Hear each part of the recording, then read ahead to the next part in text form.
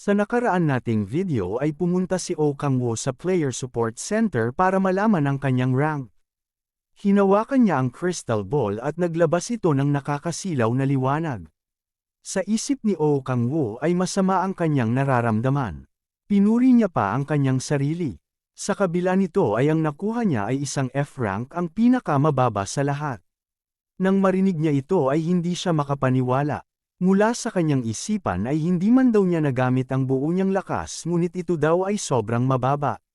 Sinabi ng babae na bibigyan niya si Oh Kang-woo ng E-rank player card at maaari daw siyang pumasok sa parehong E-rank dungeon.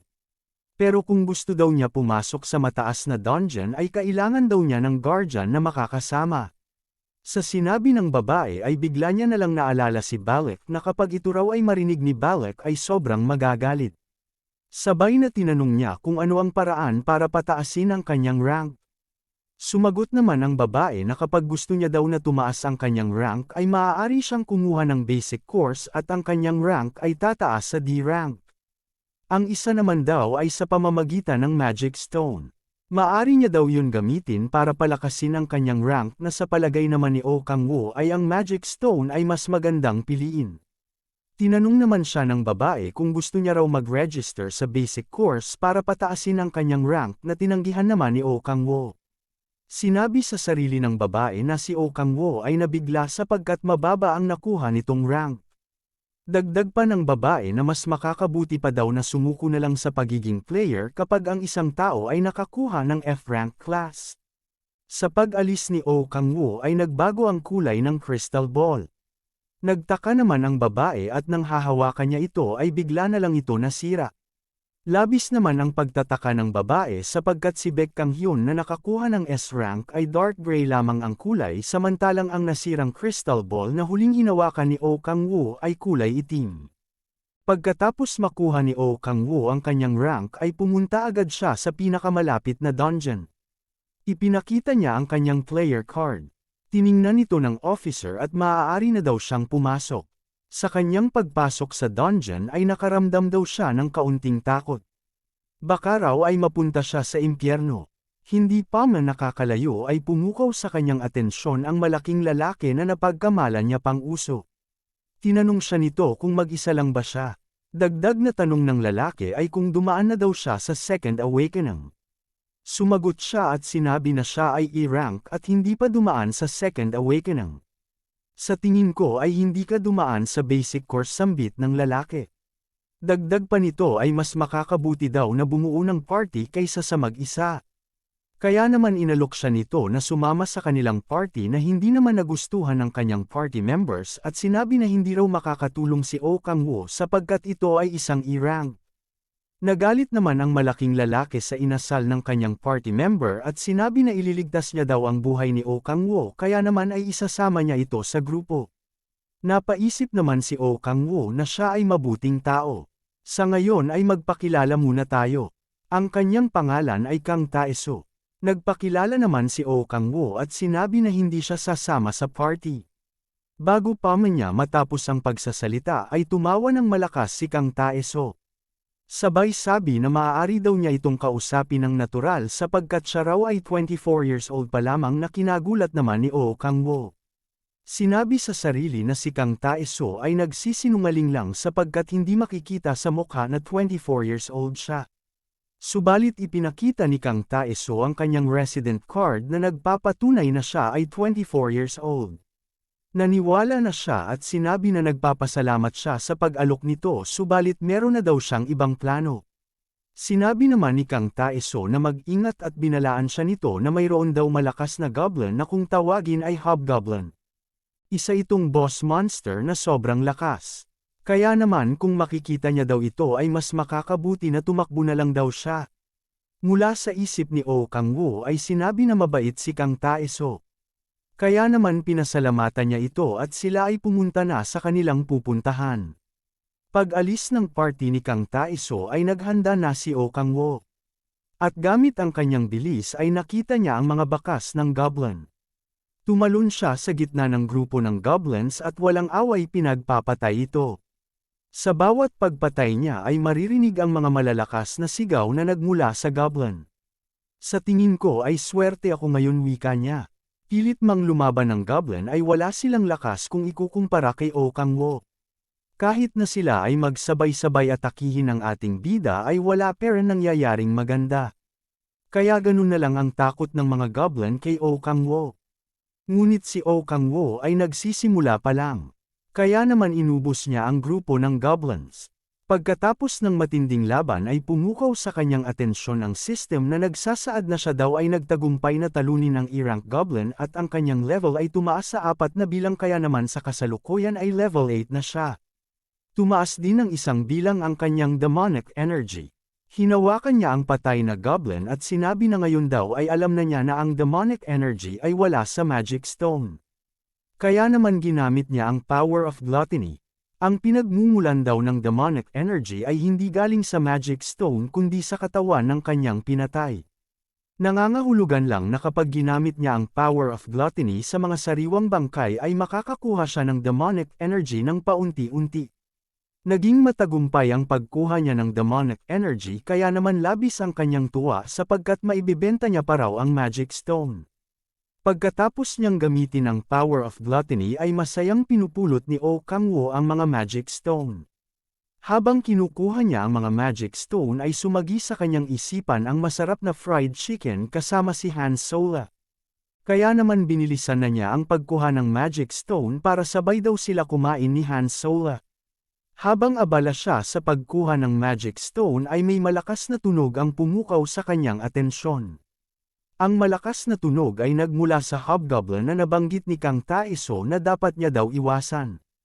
Naglilisik ang mga mata ng hobgoblin at nagpalabas ng magic energy na kinagulat naman ni Okangwo.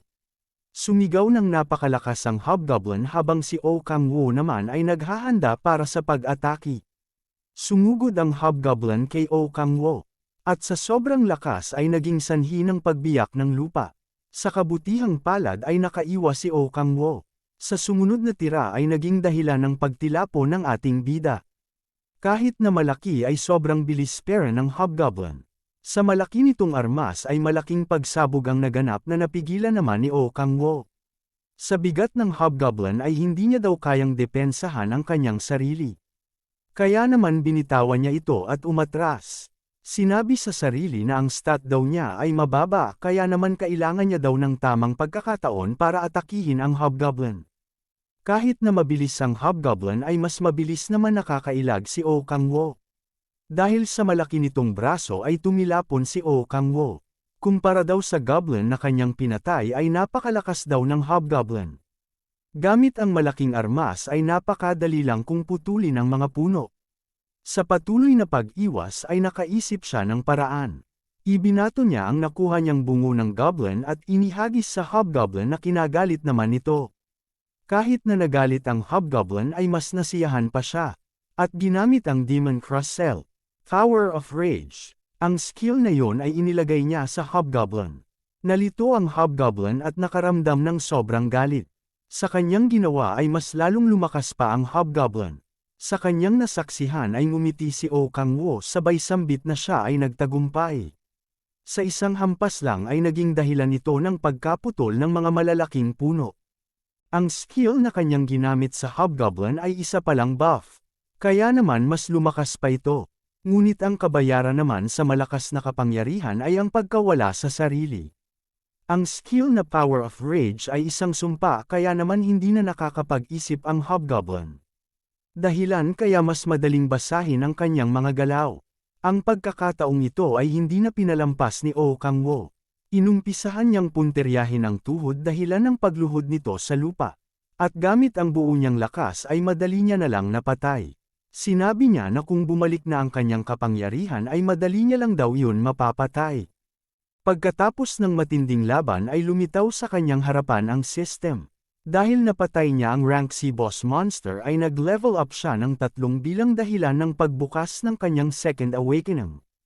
Ang kanyang second awakening ay insatiable hunger. Ang katangian nito ay mas marami na siyang naa-absorb na demonic energy gamit ang power of gluttony. Hindi man daw ito malakas ay maganda pa rin sapagkat mas makakakuha siya ng mas maraming demonic energy. Sa sobra niyang saya ay sinubukan niya ito sa napatay niyang hobgoblin. Ang usok ay lalong umitin. Sinabi sa sarili na ang pagbabago ng kanyang gluttony skill ay dahil raw sa kanyang second awakening. Gamit ang gluttony ay nakakuha siya ng 3 demonic energy at ang total na naipon niyang demonic energy ay 19, sa pamamagitan ng system ay kung malakas daw ang napatay niyang monster ay malaki rin ang makukuha niyang demonic energy. Sa paraan na ito ay mas mapapabilis ang pagbalik ng kanyang dating lakas. Kaya napagdesisyonan niya na tingnan ang kanyang demonic energy. Labis ang kanyang pagtataka sapagkat 3 beses daw ang kanyang inilakas. Napatanong na lang siya sa kanyang sarili sapagkat ang pagtaas daw ng kanyang kapangyarihan ay delikado lalo na hindi niya alam ang pinagmamulan nito. Kaya naman ginamit niya ang Myriad Demon Gate. Labis naman ang kanyang pagtataka sapagkat ang Myriad Demon Gate ay home ina. Kaya naman tinignan niya ang kanyang system at doon niya napagtanto na kapag magkakaroon siya ng awakening ay hihina ang Myriad Demon Gate. Sa kanyang natuklasan ay ngumiti si Oh Kang-woo at sinabi sa sarili na kapag patuloy na tataas ang kanyang rank ay mas mapapadali ang pagbalik ng kanyang lakas. Kaya naman napagdesisyonan niya na pumasok sa mas mataas na dungeon. Kinuha niya ang magic stone ng hobgoblin. At habang nakangiti ay sinabi na ang sunod daw niyang gagawin ay abutin ang level 20 at buksan ang third awakening. Paglabas niya sa dungeon ay agad naman niya niyaya si Han Solo para kumain. Tinanong siya ni Han Solo kung masarap ba ang pagkain. Sumagot naman siya at sinabi na ito raw ay sobrang sarap. Sa sagot ni Oh Kang-woo ay tumawa si Han Solo at tinanong kung ano ba ang masarap ang kimchi jjigae ba o ang kinakain niyang fried chicken. Bago sumagot si Oh Kang-woo ay pinag-isipan niya ito ng mabuti. Sabay sinabi na mas gusto niya daw ang kimchi na luto ni Han Solo. Sa sinabi niya ay tumawa lang si Han Solo at sinabi na siya ay nagbibiro lang. Sa masayang pagkain ay kung okay lang daw ay tinanong niya si Oh Kang-woo kung meron ba siyang kaibigan o pamilya. Sa ilang segundo ay natahimik si Oh Kang-woo. At sinabi na siya ay walang kaibigan at pamilya, dagdag pa niya ay wala din siyang bahay na titirahan. Napatanong ulit si Han Solo kung saan daw ba siya natutulog. Sinabi niya na sa totoo lang ay wala daw siyang bahay na pupuntahan. Nang marinig ito ni Han Solo ay hindi siya nagdalawang isip at sinabi na pwede daw tumira si Oh Kang-woo sa kanila habang hindi pa siya nakakakuha ng matitirahan. Dagdag pa ni Han Solo ay marami na daw na itulong si Oh Kang-woo kaya naman wag daw siyang mag-alala. Sa sinabi ni Han Solo ay labis ang kanyang pasasalamat at inilabas ang 3 million won or 126,197 naman sa Philippine peso. Ibibigay niya daw ito kay Han Solo bilang pasasalamat na tinanggihan naman ni Han Solo. Hindi ko matatanggap yan wika niya sapagkat alam daw niya na si Oh Kang-woo ay nangangailangan din ng pera. Sinabi naman ni Oh Kang-woo na wag siyang mangamba at isipin na lang daw na ang pera ay maaaring gamitin para makabili ng pangangailangan sa bahay tulad ng groceries sapagkat doon din daw siya kakain. Sa sinabi ni Oh Kang-woo ay tinanggap ni Han Solo ang pera at nagpasalamat. At masayang sinabi na ang lulutuin niyang kimchi bukas ay mas sasarapan niya pa. Natuwa naman si Oh Kang-woo sa sinabi ni Han Solo at mula sa kanyang isipan ay sinabi na labis ang kanyang saya sapagkat makakakain daw siya ng kimchi jjigae araw-araw. Dagdag pa niya na si Han Solo ay isa talagang anghel. Tinanong niya si Han Solo kung meron ba itong alam na D-rank gate na malapit sa kanilang lugar. Sumagot naman si Han Solo at sinabi na may isa raw na malapit sa kanilang lugar, hindi man daw siya nakakapasok doon ay base sa kanyang narinig ay naglalaman ito ng lizardmen. Mula sa kanyang isipan ay sinabi na kailangan niya daw pumunta sa gate na yun bukas para mabuksan ang kanyang third awakening. Tanong pa niya sa kanyang sarili kung ang lizardmen ba ay masarap.